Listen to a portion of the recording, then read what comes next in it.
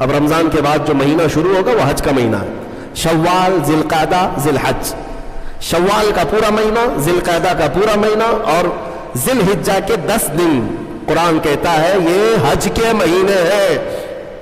فمن فرض فیہن الحج، جس پر حج فرض ہو گیا پھر وہ کوئی گناہ نہ کرے. فلا رفث ولا فسوق ولا جدال فی الحج. زنا، خواہشات نفسانیہ یا پھر جھگڑا یا پھر کوئی ایسا فسق والا عمل نہ کرے حج جس پر فرض ہو گیا. اب حج کس پر فرض ہوا؟ ہمارے ہاں تو یہی حال ہے کہ بیٹی کی بھی شادی ہو چکی ہو، بیٹے کی بھی ہو چکی ہو، سب کے عقیقے بھی ہو چکے ہوں، ان کے تمام کام سب ہو چکے ہوں، بال سفید ہو گئے ہوں، کمر ٹیڑھی ہو گئی، تب حج فرض ہو رہا ہے. یہاں حج کیا فرض ہو رہا ہے؟ اس وقت تو قبر فرض ہونے والی ہے. ابھی حج جو ہے عمر کے اعتبار سے فرض نہیں ہے. صاحب استطاعت کسے کہتے ہیں؟ حج پر جانے اتنی رقم تمہارے پاس ہے، 1 مہینہ حج کے لیے لگتا ہے، اور جاؤ گے تو تمہارے گھر والوں کو راشن پانی مل جائے گا 1 مہینے کا، تو حج فرض ہو گیا. 50 لاکھ کا گھر بنا لیتے ہیں، 5 لاکھ کا حج نہیں ہو سکتا. سمجھ لو تمہارے پاس اس زمانے میں 5 لاکھ ایکسٹرا ہے تو میرے اندازے کے مطابق اس پر حج فرض ہو چکا.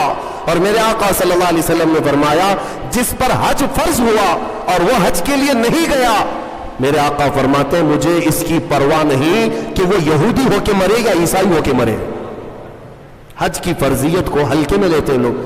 میں وہاں حج میں اکثر جا کر دیکھتا ہوں سب سے بوڑھے حاجی کہیں کے ہوتے ہیں تو ہندوستان کے، پاکستان کے، بنگلہ دیش، سب سے بوڑھے حاجی ایسے لٹکے ہوئے آتے ہیں بیچارے. ان کو نہ عرفات کا میدان معلوم، نہ مینا، نہ مزدلفہ. احکام کیا کریں گے؟ راستے پہ بیٹھ گئے، بلاتے چلیے حاجی صاحب عرفات کا میدان وہاں ہے، اس میں ٹھہرنا فرض ہے. کہا نہیں بابا تھک گئے، اللہ معاف کرے گا. اللہ تو یہاں ہندوستان میں بھی معاف کرتا. گئے تو پیسے دے کر کے، احکام تو پورے کرنے ہی ہے.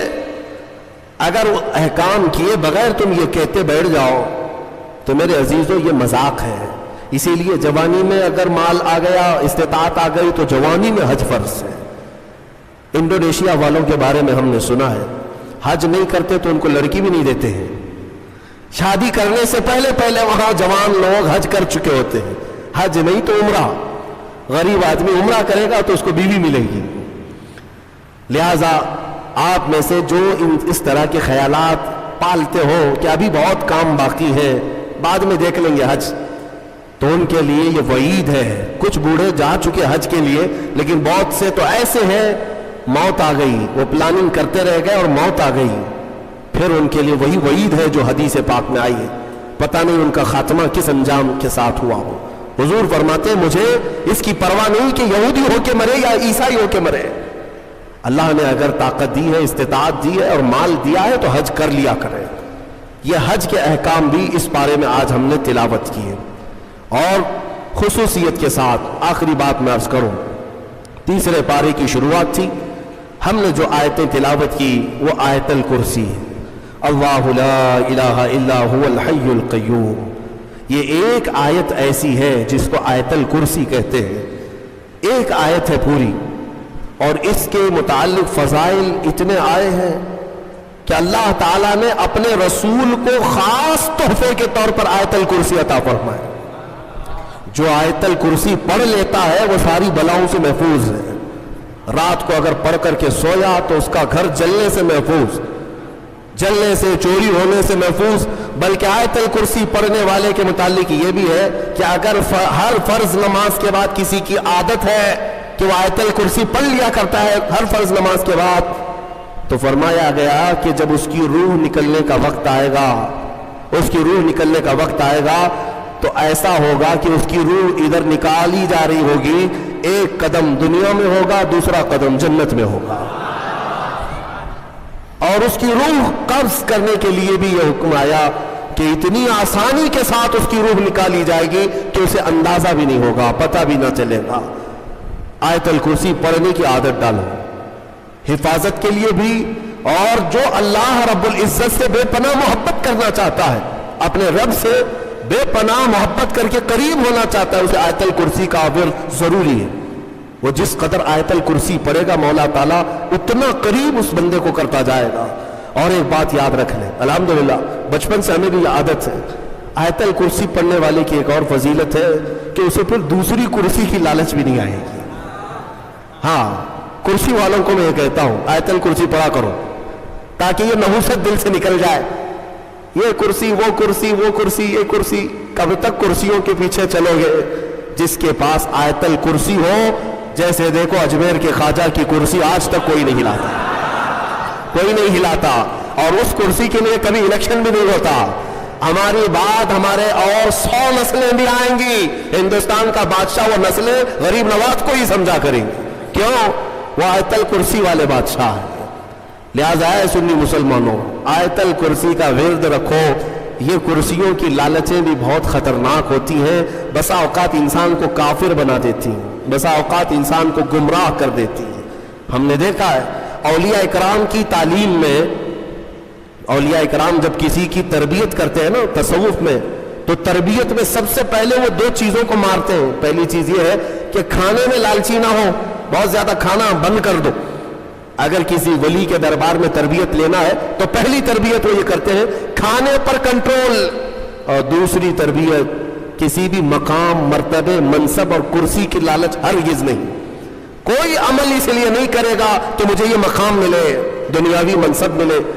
اسی لیے میرے آقا صلی اللہ تعالیٰ علیہ وسلم نے بھی ارشاد فرمایا کہ دنیا طلب کرنے والا اگر علم دین بھی حاصل کرے گا تو ایسا ہی ہے جیسے خنزیر کے گلے میں موتیوں کا ہار ڈالا جائے۔ حب جاہ، حب مال، حب مقام، حب منصب، یہ بری خصلتیں ہیں۔ اللہ ان تمام چیزوں سے ہمیں محفوظ رکھے۔ من رکع فرفع، حضور نے فرمایا جو جھک گیا اللہ اسے بلند کرتا ہے، اور جو اکڑ گیا اللہ اسے ہمیشہ ذلیل کرتا۔ تو یہ کرسیاں ہی ہیں جو اکڑ پیدا کرتی ہیں۔ آیت الکرسی کا ورد ہمیشہ رکھو، بہت ساری چیزوں سے تمہیں محفوظ کر دے گی۔ آخری بات، اس میں تیسرے پارے کی ایک بہت ہی اہم چیز بیان ہوئی ہے، وہ کیا ہے؟ ابراہیم علیہ الصلوۃ والتسلیم نے ایک بار اللہ رب العزت کی بارگاہ میں سوال کیا، اے مولا مجھے دکھا تو مردوں کو زندہ کیسے کرتا ہے؟ اللہ نے پوچھا کہ اے ابراہیم کیا تجھے یقین نہیں ہے؟ کہا کیوں نہیں، یقین ہے مولا، لیکن آنکھوں سے دیکھنا چاہتا ہوں، لیطمئن قلبی، تاکہ میرے دل کو اطمینان ہو جائے۔ سنو، اللہ مردوں کو زندہ کرتا ہے یا نہیں کرتا؟ رب تبارک و تعالیٰ قادر مطلق ہے، سب بکھر جانے کے بعد بھی وہ دوبارہ زندہ کرے گا۔ ہاں، کئی واقعات ہیں۔ حضرت عزیر علیہ السلام کا واقعہ بھی آج ہم نے تلاوت کیا۔ ایک نبی تھے اللہ کے، 33 سال کی عمر تھی، وہ اپنے خچر پر جا رہے تھے، ایک بستی کو دیکھا اجڑی ہوئی تھی، اجڑی ہوئی۔ انہوں نے یہ پوچھا اللہ کی بارگاہ میں کہ مولا یہ سب پوری بستی اجڑ گئی، یہاں نہ سبزے اگتے ہیں، نہ درخت، نہ پودے، کچھ نہیں، کیا پھر اس بستی کو تو دوبارہ زندہ کرے گا؟ تو حضرت عزیر علیہ السلام کو اسی وقت نیند لگ گئی، سو گئے۔ وہ سوئے تو 100 سال کے لیے سو گئے، 100 سال کے لیے وہی سو گئے۔ اور جس خچر پر آئے تھے، جو کھانا لے کر کے آئے تھے، اس کو بھی نیند لگ گئی۔ نیند کیا ہے؟ موت کی بہن ہے، اللہ نے سلا دیا۔ 100 سال کے بعد اٹھایا اللہ نے، پوچھا عزیر سے کتنے دن یہاں ٹھہرے رہے؟ کام میں تو صبح آیا تھا، دوپہر ہو رہی ہے۔ اللہ نے فرمایا ذرا اپنے خچر کو دیکھو، تمہارے کھانے کو دیکھو، تم 100 سال یہاں ٹھہرے ہو۔ حضرت عزیر جب اٹھے اور گئے تو ان کی عمر تو 33 تھی، ان کی عمر تو 33 سال ہی تھی۔ مولا 100 سال سلایا، اس کے بعد بھی جوان ہی اٹھایا۔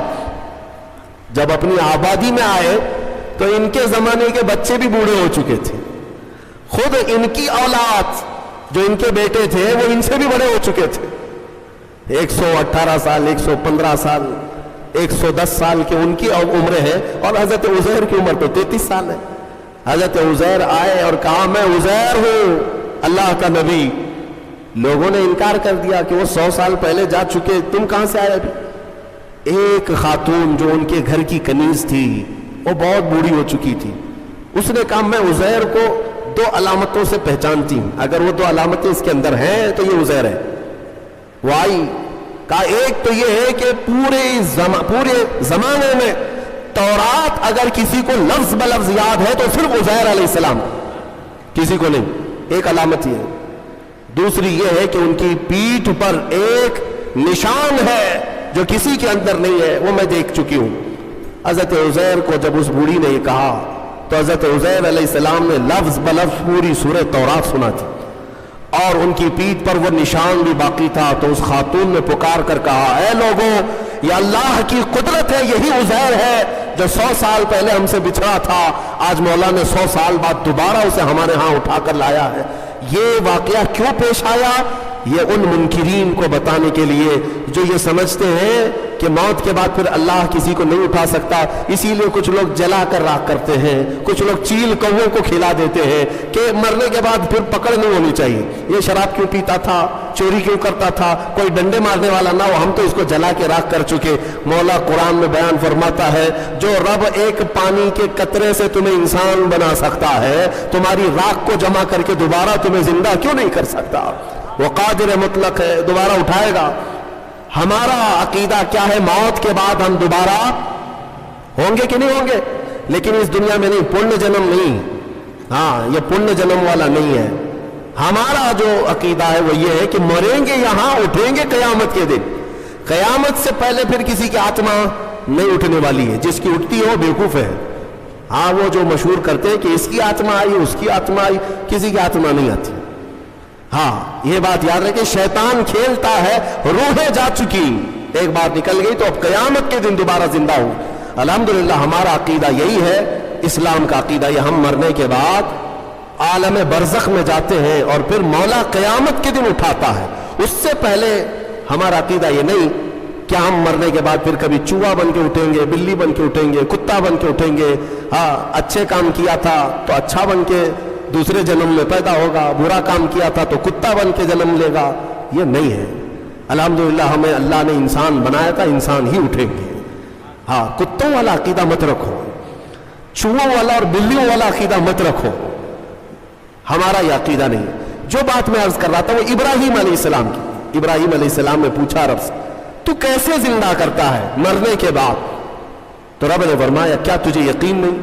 کہا یقین ہے، میں آنکھوں سے دیکھنا چاہتا ہوں۔ کہا ٹھیک ہے، 4 پرندے لے لو اور ان کو ذبح کرو اور پھر ان کو قیمہ بنا دو، چاروں کا گوشت مکس کرو اور سب ملا کر کے 4 حصے کرو، ایک حصہ اس پہاڑ پر، دوسرا اس پہاڑ پر، تیسرا اس پہاڑ پر، چوتھا اس پہاڑ پر، 4 پہاڑوں پر گوشت رکھ کر کے آؤ، یہ مکس قیمے کا، اور پھر اپنی جگہ پر کھڑے ہو جاؤ، ان پرندوں کے نام لے کر کے بلاؤ۔ ابراہیم علیہ السلام کو یہ پروسیس کرایا گیا۔ ابراہیم علیہ السلام نے کیا کیا لیے؟ ایک کوا لیا، توجہ چاہتا ہوں، کیا لیا؟ کوا لیا، دوسرا مرغا لیا، تیسرا کبوتر، چوتھا مور، 4 پرندے لیے، کوا، مرغا، کبوتر، مور، 4 پرندے لیے اور چاروں کو ذبح کیا، پھر ان کا قیمہ بنایا، گوشت سب قیمہ بنا کر مکس کیا اور 4 حصوں میں 4 پہاڑوں پر رکھ کر آئے، پھر اپنی جگہ پر آ کر کے انہیں پکارا۔ اللہ کے حکم سے مرغا بھی آئے، کوا بھی آئے، کبوتر بھی آئے اور مور بھی آئے۔ خدا کی قدرت دیکھے وہ قیمہ ہوا میں اڑنے لگا اور جس پرندے کا جو گوشت تھا وہ اپنے اپنے جسم میں ملنے لگا، اور پھر ان کی جو منڈیاں تھی، منہ، وہ ابراہیم علیہ السلام کے پاس تھی، دھڑ صرف تنہا اڑتا ہوا آیا، اپنے اپنے منہ سے جڑ گیا اور اڑ کر چلے گئے۔ اللہ نے اپنی قدرت کا مشاہدہ اپنے نبی کو کروایا۔ ابراہیم علیہ السلام، مردوں کو مولا کیسے زندہ کرتا ہے یہ نبی کو سامنے کر کے دکھایا گیا۔ لیکن صوفیہ کرام کی بھی ایک تعلیم ہوتی ہے۔ میر عبد الواحد دلگرامی رضی اللہ عنہ سبع سنابل شریف کے مصنف فرماتے ہیں، ابراہیم علیہ السلام کو یہ پروسیس کیوں کرایا گیا؟ یہ 4 پرندے آپ نے کیوں لیے؟ صوفیہ کے جو نقطے ہوتے ہیں بڑے اہم ہوتے ہیں۔ میں نے 4 پرندے کہا، یاد ہے نا 4 پرندے؟ ہاں وہ ایسی ہی نہیں ہے کہ فارمیلٹی کے لیے میں نے آپ کے سامنے گنا دیے۔ توجہ، کوا، مرغا، کبوتر، مور، یہی 4 پرندے کیوں؟ ابراہیم علیہ السلام نے جو لیے، اولیاء کرام کی ایک جماعت کا کہنا یہ ہے کہ اصل میں ان پرندوں کی ایک خصوصیت ہے، ایک خصوصیت ہے۔ کوے کی خصوصیت ہے لالچ بہت ہوتی ہے اس کے اندر، لالچی بہت ہے، اس کا پیٹ کبھی نہیں بھرتا۔ ارے پورے مردے بھینسوں پر بیٹھتا ہے، اس کو ایسا لگتا ہے کہ پورا کھا جاؤں گا، لیکن ہوتا اتنا پیٹ ہے، لالچ ہے، بہت زیادہ لالچ۔ دوسرا پرندہ ہے مرغا، مرغے کے اندر شہوت بہت زیادہ ہے،